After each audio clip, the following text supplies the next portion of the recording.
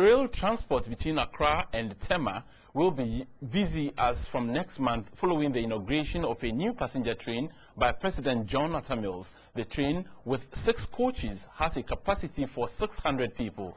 Next to be connected to the rail service will be the western and northern corridors of the country. Napoleon Atukito reports that the facility attracted a great deal of public interest.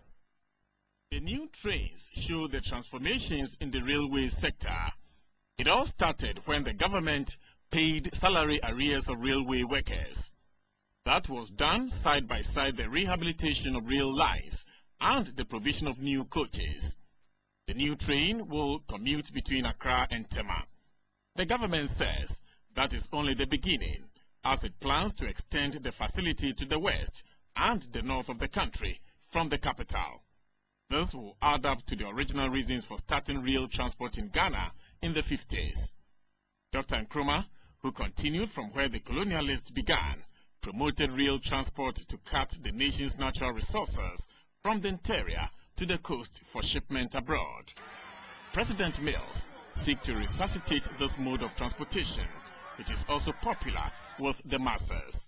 His administration has so far injected about $38 million into the railway sector.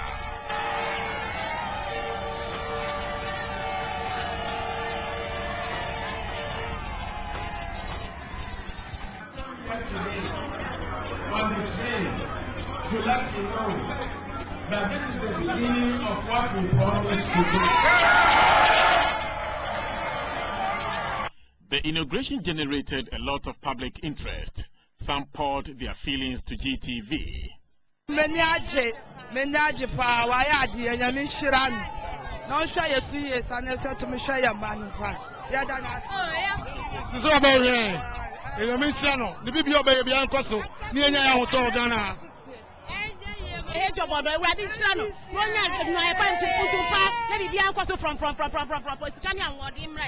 Managers of the sector said the revival of rail transport in Ghana represents hard work. They called for a good maintenance culture and discipline around train routes and stations.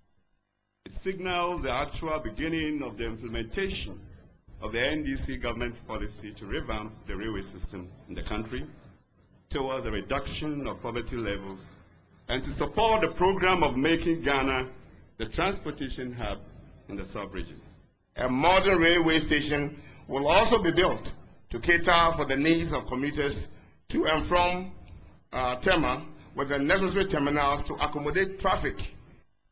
Before he went on the test run between Tema and Accra, President Mills condemned the politics of hate and backbiting, saying the hard questions calling for solutions demand positive discourse among all political stakeholders.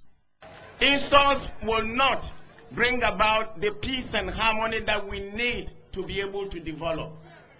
My brothers and sisters, only a few weeks ago, some countries reposed confidence in us by giving us resources for our development.